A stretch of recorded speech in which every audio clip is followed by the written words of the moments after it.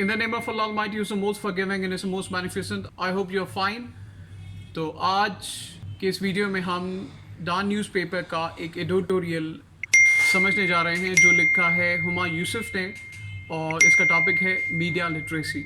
तो media literacy एक बहुत अहम तरीन टॉपिक है 21st सेंचुरी में। यहाँ पे हुमा यूसुफ बताती हैं कि जैसे फेक न्यूज़ दुनिया में फैलाई जा रही है पाकिस्तान के अगेंस्ट, तो उसको हम कैसे टैकल करें और गवर्नमेंट को कौन सी पॉलिसीज बनानी चाहिए, करिकुलम में कैसे इस बात को हम शामिल करें, कैसे जर्नलिस्ट को स्किल्ड बनाएं और कैसे हम बहुत बड़े नुकसान से बच सकते हैं। तो डिटेल इस आर्टिकल के अंदर मौजूद है, तो लाइन बाय लाइन आज हम इसको पढ़ेंगे और इसको एलैबोरेट करेंगे, and then we will take out all the words which are difficult और जो वर्ड्स आपको समझने की ज़रूरत है।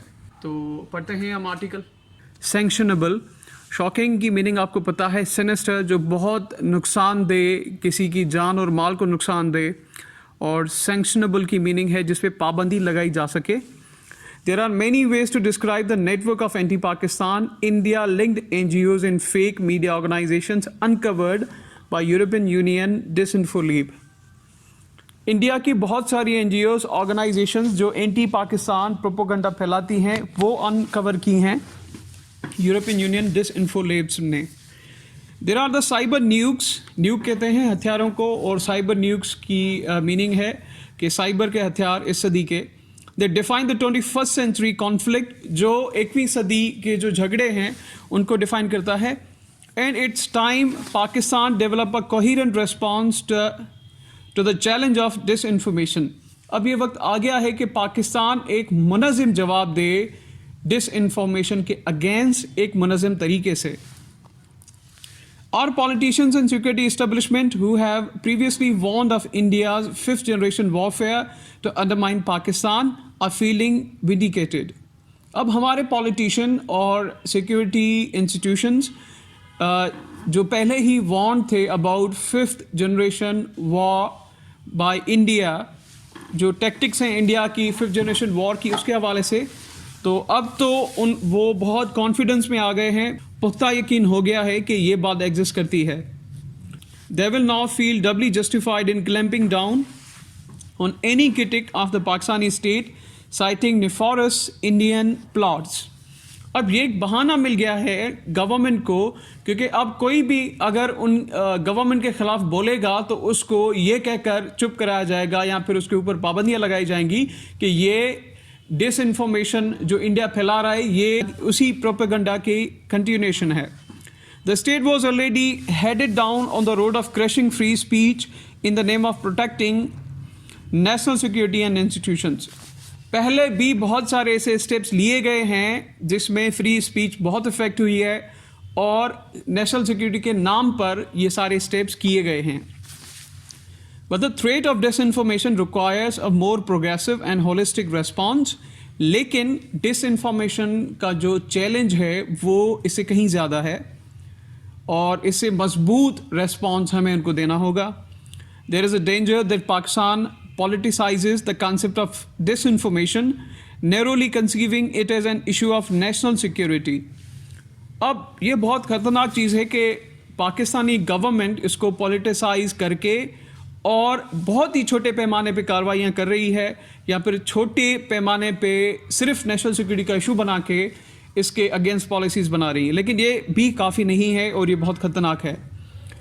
But disinformation is a broader challenge that affects all realms. लेकिन डिसइंफॉर्मेशन एक फेक न्यूज़ होती है। फेक न्यूज़ और डिसइंफॉर्मेशन में थोड़ा सा फ़र्क है। डिसइंफॉर्मेशन किसी भी स्टेट के गवर्नमेंट के अगेंस्ट, उसकी आर्मी के अगेंस्ट, उसकी सिक्योरिटी के अगेंस्ट फेक न्यूज़ फैलाना है। डिसइंफॉर्मेशन फैला के क्या मिलता है किसी भी कंट्री को, वो ये कि इंटरनेशनल कम्युनिटी के अंदर अगर किसी भी कंट्री का प्रोफाइल स्ट्रॉन्ग नहीं है, वीक होगा, तो जो इंटरनेशनल पॉलिसीज़ बनेंगी उसके अंदर वो कंट्री फंस जाएगी और उसकी प्रोग्रेस कंप्रोमाइज़ हो जाएगी। इसका मकसद ये है। तो disinformation is only concern the fake news about a government, state और इट्स सिक्योरिटी इंस्टीट्यूशंस। अब राइटर यहाँ पे कह रहे हैं कि डिसइंफॉर्मेशन एक ब्रॉडर चैलेंज है जो बहुत सारी वॉक ऑफ लाइफ को अफेक्ट करेगा। एग्जाम्पल उन्होंने दिया है, the world is bracing for the wave of disinformation that may undermine the Covid vaccination effort. कोविड-19 जो कोविड पैंडमिक है उसको फेस करने के लिए जो वैक्सीनेशन की एफर्ट्स दुनिया ले रही है, ये वैक्सीनेशन का प्रोसेस भी अफेक्ट हो सकता है इस डिसइंफॉर्मेशन से. Pakistan's discomfort with the debate also increases the risk of stakeholders labeling anything they disagree with as of anything they disagree with the fake news, further eroding the quality of national discourse and diminishing trust in institutions and processes. अब पाकिस्तान का एक discomfort ये भी है कि इस बात पे अब स्टेक होल्डर्स की डिबेट बढ़ेगी और वो देर नहीं करेंगे किसी भी आदमी को डिसइंफॉर्मेशन के कैटेगरी में लाने में, उसके ऊपर इल्ज़ाम देने में कि ये इंडिया का एजेंट है और ये डिसइंफॉर्मेशन की जो एक प्रोपोगंडा है ये उसका पार्ट है. हर उस आदमी को कहेंगे जो उनकी पॉलिसीज़ के अगेंस्ट बात करता है. तो ये भी एक तशवीशनाक बात है. The challenge isn't as simple as sifting fact from fiction. ये चैलेंज इतना आसान नहीं है जैसे हकीकत को फिक्शन से अलग किया जाता है, बल्कि उससे भी ख़तरनाक है. आगे वो कहती हैं, the best approach to tackling disinformation is by boosting media literacy. Media literacy को बढ़ाने से ही इस चैलेंज को हम जो है वो फेस कर सकते हैं. Opting for empowerment rather than suppression, critical assessment rather than censorship. तो हमें एम्पावरमेंट करनी होगी जर्नलिस्ट की, हमारे सिटीजन्स की, और क्रिटिकल असेसमेंट को अप्रिशिएट करना होगा और सेंसरशिप को ख़त्म करना होगा. जो सप्रेशन की जाती है, किसी को डिस्करेज किया जाता है, इस बात को भी हमें ख़त्म करना पड़ेगा. As the information landscape becomes more complex, everyone needs robust skills to spot disinformation, the ability to identify sources, assesses their credibility. अब ये है कि ये डिसइंफॉर्मेशन को फाइट करने के लिए हमें रोबस्ट स्किल की ज़रूरत है. जो कॉम्प्लेक्सिटी टेक्स्ट के अंदर, इंफॉर्मेशन के अंदर है, उसको वो छान सके. जैसे उन्होंने पहले कहा है the ability to identify sources, जो इंफॉर्मेशन के सोर्सेज हों उनको पहचानने की काबिलियत होनी चाहिए. And the assesses their credibility.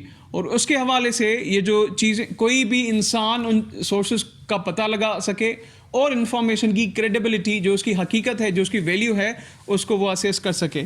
उसके आगे synthesis and cross check information from the multiple sources to understand the context in which information is produced. और उसके बाद उस कॉन्टेक्स्ट को समझना जिस कॉन्टेक्स्ट में इंफॉर्मेशन प्रोड्यूस की गई है, जिस तरीके से उस इंफॉर्मेशन को काउंटर किया जाए और डिसइंफॉर्मेशन आगे ना पहुँचे.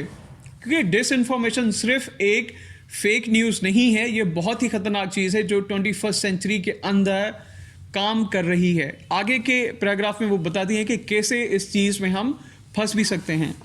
इसके बाद वो कहती हैं, to analyze the economic drivers for the spread of disinformation and to share information in a responsible, transparent way. कि जो हमारे इकोनॉमिक बेसिस हैं, या फिर जो हमें अपने माइंड के अंदर अपनी इकोनॉमिकल नीड्स हैं, जहाँ जो क्राइटेरियन है, तो इसको भी माइंड में रख के फिर हमें इंफॉर्मेशन को आगे भेजना होगा, क्योंकि ये चीज़ें हमें बहुत बुरे तरीके से अफेक्ट कर सकती हैं. आगे है, media literacy is base imported through the curriculum at primary, secondary and high education levels to survive and thrive in 21st century. Citizens will need this essential skill, the development of which must be integrated across all other disciplines. Media literacy को शामिल किया जाए primary, secondary and high education level पे, क्योंकि 21st century के अंदर जो citizens हैं हमारे, उनको इस बात की अशद ज़रूरत है.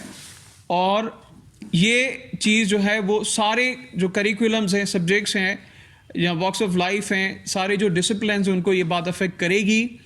Pakistan has not prioritised new media literacies in its national curriculum.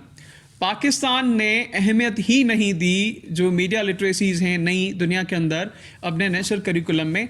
and is unlikely to do so because this literacy requires those very attributes perceived by our state and society as problematic.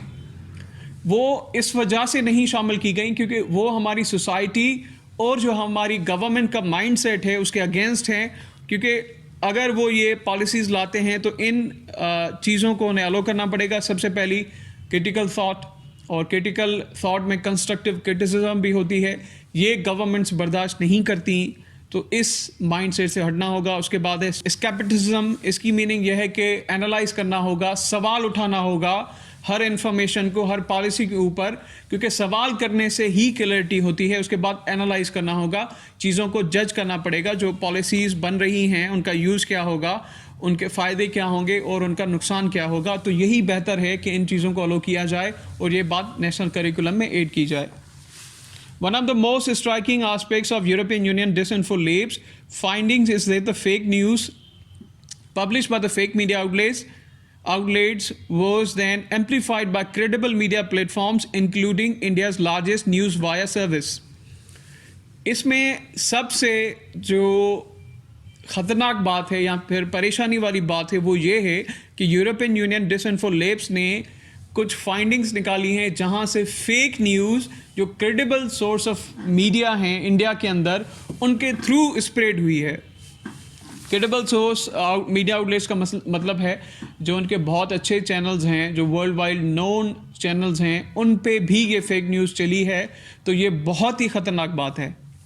उसके आगे कहते हैं, तो उन्होंने फिर क्या किया, जो मीडिया के चैनल्स हैं उन्होंने उनको एम्पलीफाई किया और उसको ज़्यादा बढ़ाया। एक छोटा सा प्रॉब्लम था, उसका कॉन्टेक्स्ट चेंज करके उसको एम्पलीफाई करके फिर स्प्रेड कर दिया गया।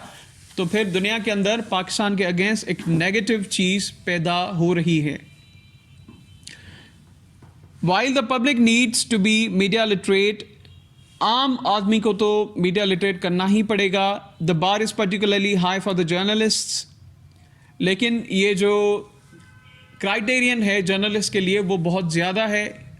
The pressure of 24/7 news cycle, lake of ongoing professional training and resource constraints.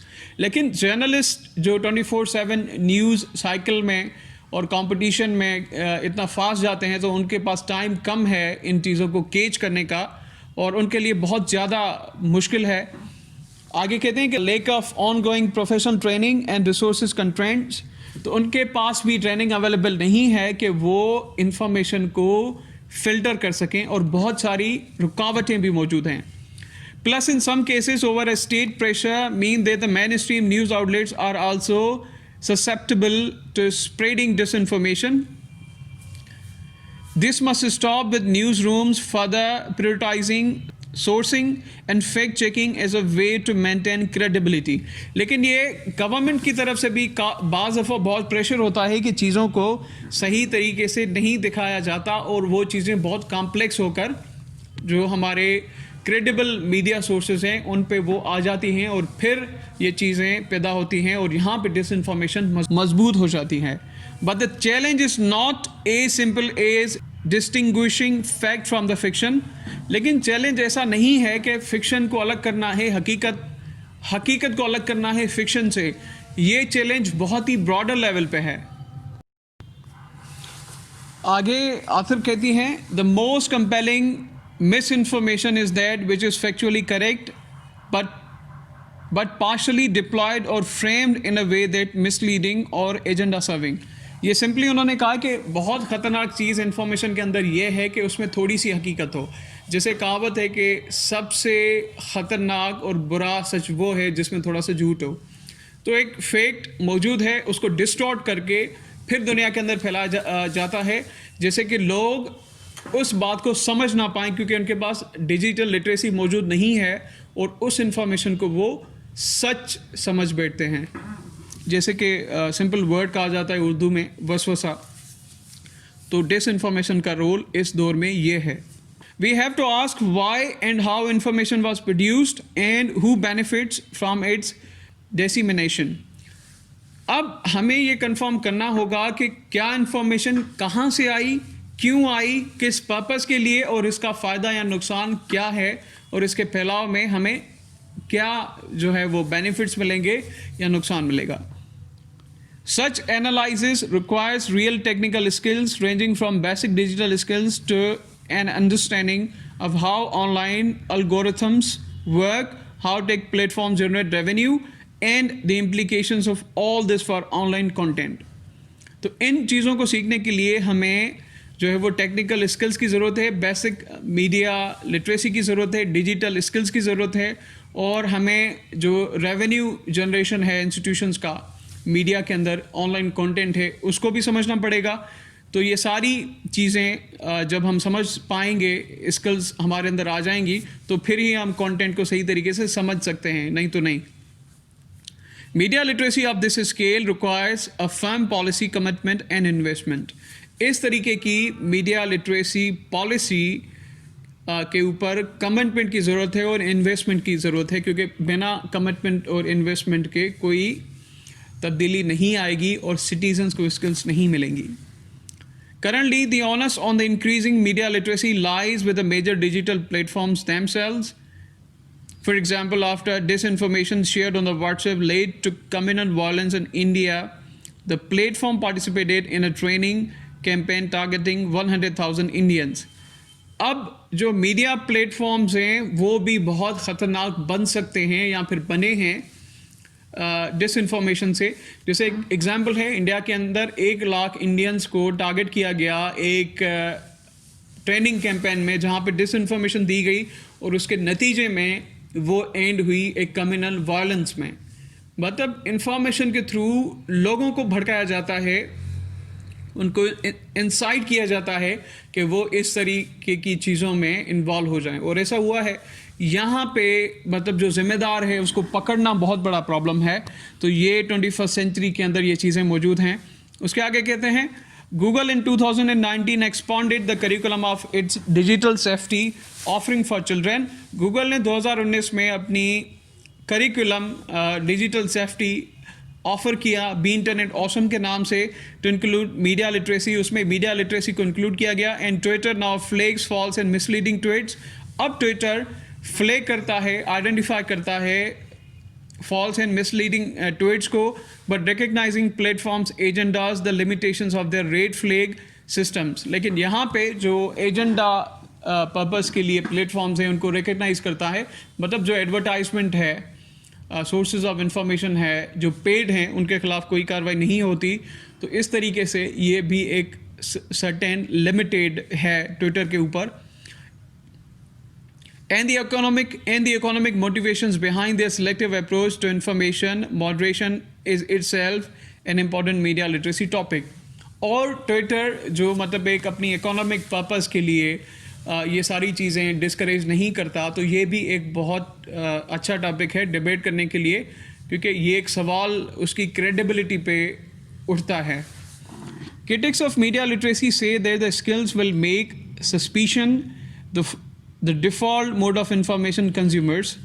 जो क्रिटिक हैं मीडिया लिटरेसी के, वो कहेंगे कि अगर सवाल करेंगे हम हर बात पे, खुद यहाँ पे इंसान की सोच कमज़ोर हो जाएगी। जो सही इन्फॉर्मेशन है उसको भी गलत समझा जाएगा और यहाँ पे कन्फ्यूजन क्रिएट होगी। आगे वो कहती हैं, this potentially counterproductive in an area when another challenge is need to restore trust in institutions, experts, data and traditional media. Question everything and even that which is credible becomes dubious। अब यहाँ पे ये सारी चीज़ें इसके target में आ जाती हैं जब हम सवाल करते हैं ट्रस्ट का among the institutions and individuals, कि ट्रस्ट कैसे डेवलप करें, या फिर जो ट्रस्ट डेवलप्ड है वो इफेक्ट भी हो सकता है अगर हर चीज़ की क्रेडिबिलिटी पे हम सवाल करेंगे। हर चीज़ पे जब सवाल आएगा तो फिर वहाँ पे एक ग्रेटर कन्फ्यूजन क्रिएट होगा, तो सही चीज़ भी गलत लगने लगेगी। उसके बाद है, this sparks a vicious cycle of paranoia increasing vulnerability to co-option by radical right wing or the other interest groups. No doubt there is a balance to be struck, but empowering people to make sense of their information saturated world is the only way forward. ये भी बात है कि इस step से एक मतलब बहुत सारे लेयर्स ऑफ इंफॉर्मेशन बने हुए हैं, एक को फिल्टर करते हैं तो दूसरी आ जाती है, या फिर सही चीज़ें भी गलत फिल्टर हो जाती हैं। इस तरीके की जो ड्यूअलिटी है ये सारी चीज़ें क्रिएटेड हैं, लेकिन इन चीज़ों के होते हुए जो है वो जो सॉल्यूशन है, वे फॉरवर्ड है, वो यही है कि अनफिल्टर्ड इंफॉर्मेशन को कभी आगे ना बढ़ाया जाए और without confirming the sources of information कोई भी चीज़ किसी को नहीं बताई जाए या उसको फॉरवर्ड नहीं किया जाए। यही दुनिया के लिए सॉल्यूशन है। अगर ऐसा नहीं होगा तो फिर जो फ़ायदा इसका मिलेगा वो राइट विंग पार्टीज़ को मिलेगा, जो रेडिकल राइट विंग पार्टीज़ हैं। ख़ास करके यहाँ पे टारगेट किया है आथर ने इंडिया के अंदर जो आरएसएस का ग्रुप है, तो वो जो पार्टीज़ हैं वो उसका फ़ायदा लेंगी, और दुनिया के अंदर और जो रेडिकल ग्रुप्स हैं वो भी इस बात का फ़ायदा लेंगे। तो इस दौर में 21st सेंचुरी में ये बहुत सारी क्रिटिकल चीज़ें हैं जो हम सबको समझनी हैं, और जो आथर ने बहुत बेहतरीन तरीके से हम सबको समझाया कि डिजिटल लिटरेसी बहुत अहम है। बिना कंफर्म किए कोई भी इंफॉर्मेशन जो किसी की स्टेट के ख़िलाफ़ हो, स्टेट के ऊपर हो, पॉलिसीज़ के ऊपर हो, इसे फॉरवर्ड ना करें जब तक उसका सोर्स कंफर्म नहीं हो जाता। तो आई होप आप ये सारी चीज़ें सीख गए, और तकरीबन वर्ड्स हमने यहाँ पे सीखे। Now it's time to elaborate those words. Thank you. I hope आपने ये सारा कॉन्सेप्ट समझ लिया। मीडिया लिटरेसी के एडिटोरियल के अंदर जो जो चीज़ें थी वो सारी आपको समझ में आ गई, और इसके अंदर जो वर्ड्स मैंने निकाले हैं इनकी लिस्ट आपके सामने है। ये सारे वर्ड्स मुझे लगे कि बहुत इंपॉर्टेंट है, और इन वर्ड्स को आप नोट कर लें जैसे ये वर्ड्स आप कहीं पे यूज़ कर सकें। तो ये रहे वर्ड्स, और कुछ वर्ड्स के मैंने सिनोनिम्स भी ऐड किए हैं, क्योंकि ये कुछ वर्ड्स इजी नहीं हैं, तो उनके सिनोनिम्स के थ्रू आप उन वर्ड्स को समझ सकते हैं। इसके अलावा अगर कोई भी क्वेश्चन हो तो आप मुझसे पूछ सकते हैं। मेरी ईमेल आईडी यहाँ पे है, and then you can also comment. And thank you so much for appreciation, and I have been receiving lots of views and lots of watch time from your side. Thank you.